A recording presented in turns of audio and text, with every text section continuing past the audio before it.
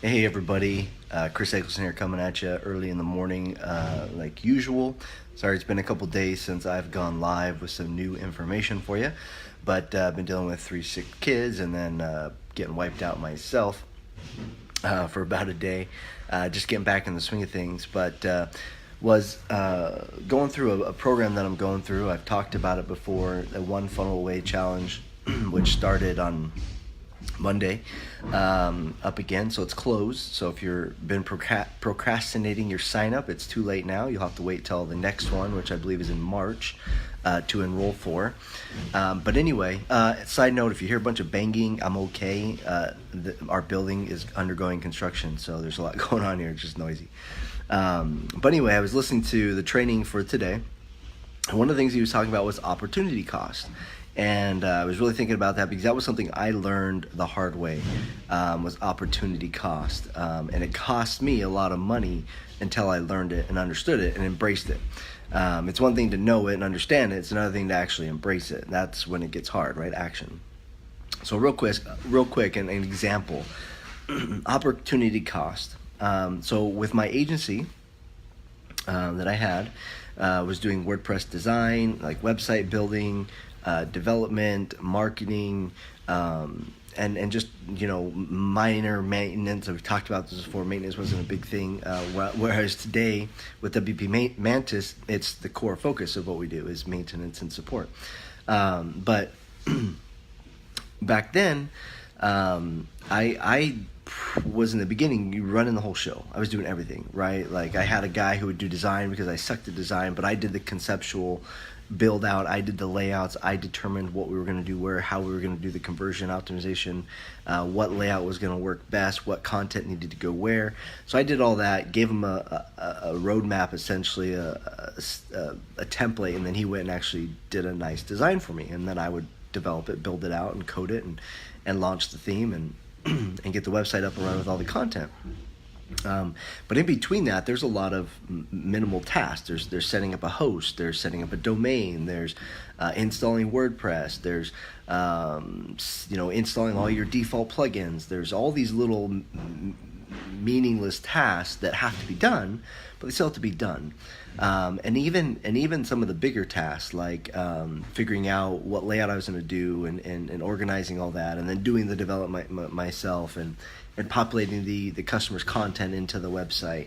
So there's all these other tasks that I was pretty much managing myself, which meant that I was neglecting things that were my core focus, or that should have been my core focus as the business owner, like generating new sales, improving marketing, writing more copy for marketing purposes, running doing these other things that were important for growing the business would kind of get stalled or stopped so that I could go and work on this one project. Which meant I was always chasing my next paycheck because I wasn't able to just get this project going and then move on and go sell the next project while this one's going. Then we get this one started because I was trying to do too much, right? And I was charging anywhere from $100 to $125 an hour is what it would break down to. Some things we did project costs. Pricing is something we'll talk about later. But if you took my time, it was about $125 an hour on average. And so for me to take the time to these minimal tasks like installing WordPress and all this stuff was costly for the customer, but was a waste of time for me.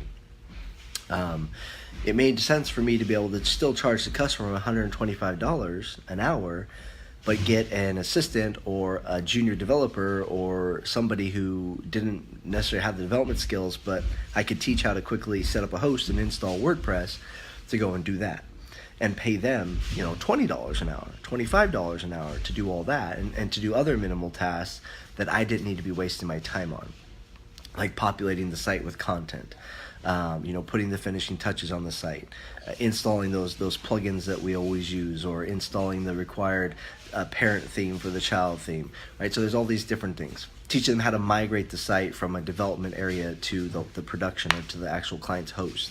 All those things that just distracted me and took me time wasn't cost effective for me to do, because I could be spending my hour finding more business, right? going out and selling more and doing more marketing and doing the things that are actually going to generate revenue, as opposed to distracting me and taking my time and attention away from things that somebody else could do.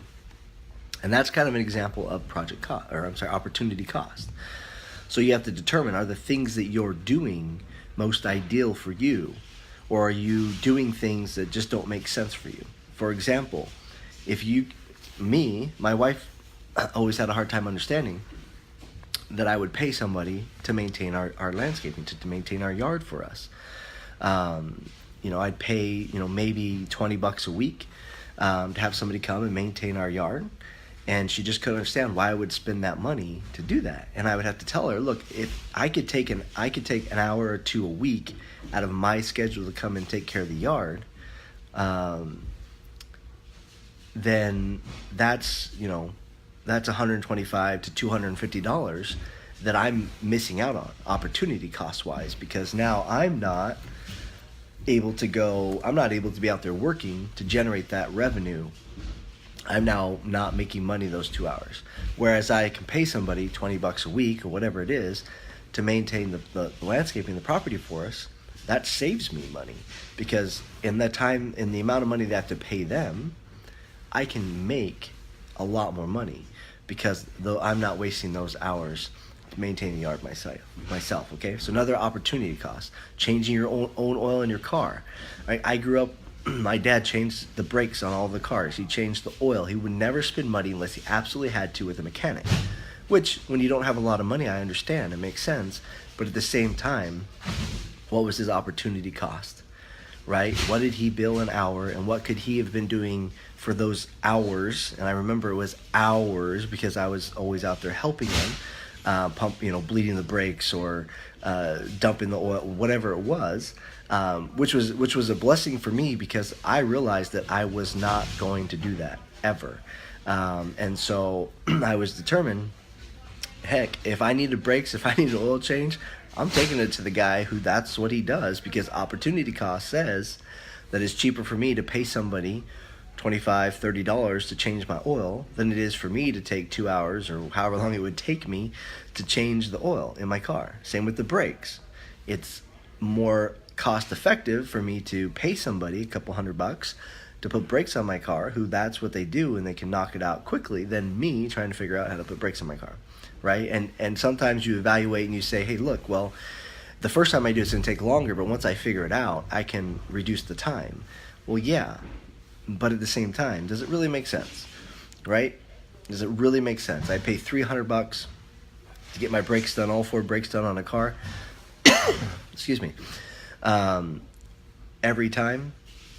Or do I spend 6 hours the first time at my rate, $125 an hour, which is way more than $300, just to do it and then have to do it again, right? So hopefully you understand this. And so really what it comes down to in your business is, how do you improve opportunity costs, right? How do you reduce your expenses? How do you improve your ability to make more money by focusing on opportunity costs? And it comes down to, what are the things that you're doing that you cannot do, or that you can pay somebody else a smaller amount of fee to do, right? There's all these opportunities out there through all these different websites where you can go hire somebody to do certain things. And I would encourage you to build up your own Rolodex, to build up your own database of experts, whether you need designers or you need developers or you need people like WP Mantis who can do the tech stuff for you and take care of the back end stuff for you. Because does it really make sense, if you're a brilliant builder, if you've nailed down Divi or Elementor and you're a great designer and you figured out like conversion and you figured out call to action and you know how to lay out a website for conversion, is it really make sense for you to waste your time trying to figure out the back end stuff? Trying to figure out how to manage databases or how to fix these WordPress errors or how to troubleshoot this or troubleshoot that? Or does it make more sense for you, opportunity cost wise, to pay Mantis their maintenance or support fees so that you can focus on doing what you do and let us take care of those pain points, right? Another example. So I'd encourage you to really think about that. Sit down and write down. And with virtual assistants these days, a lot of these people are skilled and they have experience with, I've talked to them before. Actually, a couple of our clients have VAs and they call us often because they need to understand something or know something. And and some of them have experience installing WordPress, so that's like a no-brainer for them. And some of them already have experience with, updating WordPress and doing these different things that you wouldn't expect a VA to do. But you can find VAs with this experience, bring them into your fold, pay them their fee to do these things for you, right? To do these minimal tasks when you're getting a project started, or you're putting together client documentation, or project organization, which is setting up chats or documentation or communication channels during this project. You let them set all that stuff up, and you focus on your core expertise, whether that is actually building or whether that is out selling and making more more relationships and bringing in more clients. I mean, there's no reason why you couldn't find somebody to, if you prefer to be the builder, right? You don't want to be the brand or the face of the company. You want to be the builder. You want to be the one building the website, creating the projects. Give you my brother, for an example.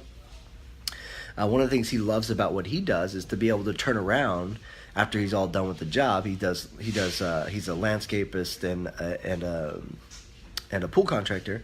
He loves to be able to turn around and look at what he does and just see something new that he created that's beautiful and was 100 times better, whether he came in and did a remodel or a re-landscape or it's a whole new install. He just loves to be able to turn around and see his finished work and see what he created, and to be just awed by his expertise and what he does. And so he really enjoys that aspect of it. So if that's what you love, if you love to be the builder, if you love to be the one out there like just crushing it and doing your core thing, which is building the site, that's fine. Try to find other people to fill in those areas that are distractions for you, keep you from completing those projects faster, or things that you don't enjoy doing, so they end up in procrastination and don't get done. You end up in this waiting place, and then things go bad, and you get unhappy customers and unhappy results, and all these things just because of one little thing where you can improve opportunity cost and say, look, this is how much I make an hour. Does it make sense for me to go do this task? Or does it make sense for me to pay somebody this much an hour to go do that task? Right? One more time. If I'm charging $125 an hour for this task, and I can pay this person $20 an hour to do that task, I'm still $105 in the black for that task. And I didn't have to do the work. And I was still out generating more revenue or working on another project or building relationships with clients or networking or doing whatever it is to generate more revenues. So be thinking about that. I'm going to put together a worksheet. I was going to have it done for you today, but I'm running late today. But I'm going to put together a opportunity cost worksheet for you. And just hit the comments and let me know you want it. I'll send it out. I'll link to it in the comments once it's ready. But again, like at Mantis, this is one of the things that we're really working on, is putting together a whole bunch of resources for our partners, which will be available soon. We'll be ready to launch the lab pretty soon, which we're just combining a bunch of content in there and putting a bunch of like training and materials in there, and then I'm going to be regularly training in there. So go check us out, wpmantis.com. Go look at our partner program if you're a freelancer or a WordPress developer, a WordPress designer, if you're doing client work, marketing, whatever it is, and you run into where you have to mess with websites and you don't want to deal with the fixes. That's what WPMantis is all about. Partnering with you as the freelancer, as the professional, so that we can help you leverage our abilities to service your customers while you continue to generate great revenues, and not have to do all that dirty work. All right. So remember, opportunity cost. Figure out what makes sense for you to do and what doesn't, and find somebody to help you. You need to find more who's in your business to help you be more successful. All right. So appreciate you tuning in today. Opportunity cost worksheet coming soon. Until then, have a great day, and we'll see you in the next video.